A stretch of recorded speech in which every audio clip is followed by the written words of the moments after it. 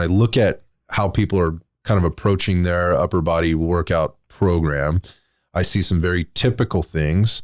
And it never ceases to amaze me how people will do the same stuff over and over and over, expect a different result. And whatever that is, what we call that, like the definition of insanity. Oh, yeah. And oftentimes they're just suffering, like they're hurting, like their body, they don't get the result they want, or they think they're getting a result that they're not probably getting. And it just goes down this wild path of I do this just because that's what I was told to do, or this is what I think I'm supposed to do. And it's just like an archaic kind of way of thinking. So anyway, let's start with you, CeCe.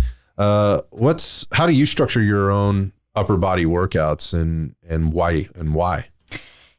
Okay, so I'm going to preface this with, depending on where I'm at in life and within my training, I'll structure my upper body workouts differently. But I would say in general, I structure my upper body workouts with a 2-to-1 ratio of pulling to pushing. This philosophy is just in the fact that, I think society in general, we sit a lot. We're not nearly upright and ambulatory, moving around. So we have a lot of forward head posture and rounded shoulders. And I think everybody can benefit from doing more pulling, including myself. So when I structure my upper body workouts, let's say I'm going to work out 3 days a week. I will probably do 2 sets of pulling on Monday, Wednesday, and Friday, followed by either a push on one of those days as well. And I'll make sure I get my horizontal pushing and my vertical pushing in addition to those pulls. I'm always going to be pulling horizontally, whether it's a closed chain exercise or an open chain exercise. For example, open chain would be like maybe a dumbbell row versus a closed chain where it's a body weight row where I'm on an inverted row. Like you're fixed to a barbell. Exactly. That's on a bench press height squat rack. Correct. Or J cups on the squat rack. Yes, Gotcha. yes. For a horizontal pull. For a vertical pull, maybe it's pull-ups one day, and then on a Monday, and then maybe on Friday, it's more of lat pull downs.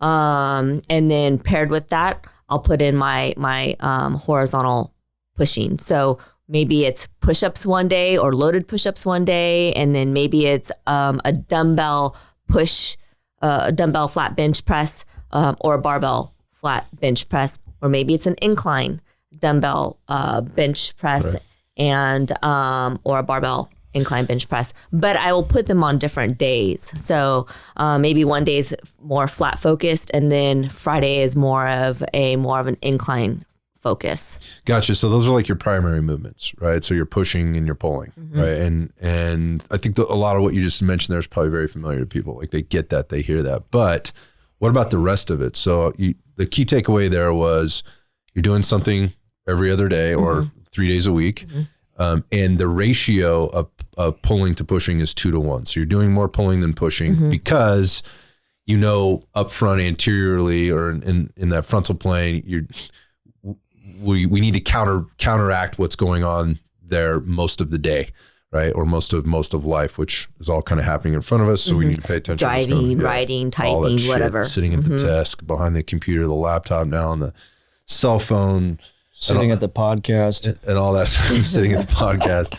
So what else are you doing though? So for your upper body, what else are you throwing into your upper body workout to complement that pull push ratio and the things that are a challenge or important for you?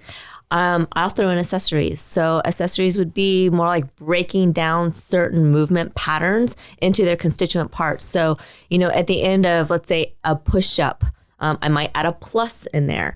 And so let's say I'm doing a flat dumbbell bench press, and then I want to add some extra stability for my shoulder and scapular thoracic aspect of my body. I might do what we call press ups. So that's basically the last component of a push up, and adding an extra, what we call protraction, of pushing up through the shoulder blades and controlling it back down to work specifically the serratus anterior, which is a stabilizing muscle for your shoulder blade. I'll also do some rotator cuff exercises, some face pulls, working on external rotation of my shoulders and working on the eccentric component. So working at various joint ranges of motion, because we don't always necessarily function right here at a 90 degree or 0 or 90 degrees and up above our heads as well. So I'll do some of those types of things. I'll do other accessory, maybe some tubing, less weight specific, but still having some tension and resistance from other modalities to work multiplanar. What about the pipes? What are you doing for the bis and the tris? Well, whenever I do any kind of pushing and whenever I do any kind of pulling, I'm automatically getting my biceps and triceps. Okay, Arnold.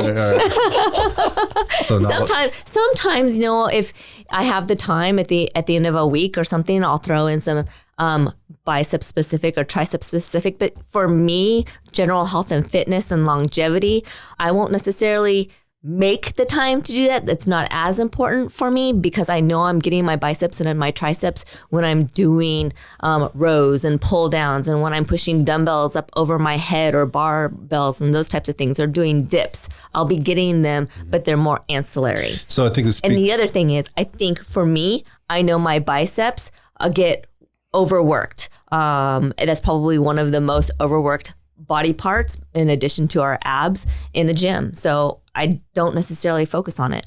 Yeah. So it's also to provide context here.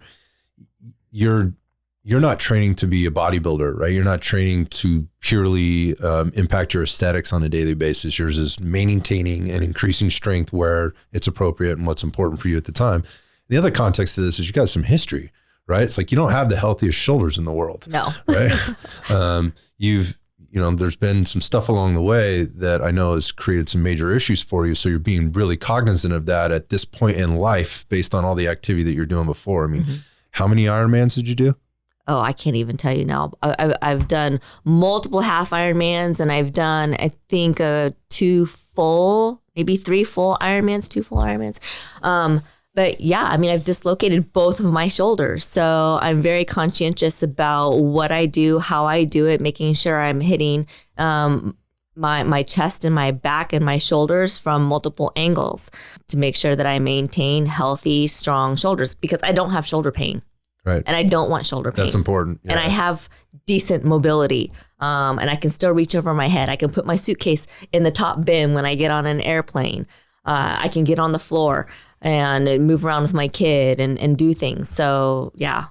Yeah, so it's general health and wellness, but it's also staying very strong because, like, here's an example. Like, I see you doing pull-ups in the gym at least 2 times a week. Minimum, I like to do them 3 times a week, though. Yeah, so at least 2 times a week I see you doing them, and half the time they're weighted, right? So at least half the time they're weighted. So there's a constant strength component that we're adding to this, but it's not craziness. We're not doing anything nuts. So again, a really good way to structure a workout if you've got maybe some of that type of history, but also if you're just training for general, again, maintenance of strength, maybe some increases in strength, but general health and wellness for the long term, for that longevity, so that you can do the things that you want to do.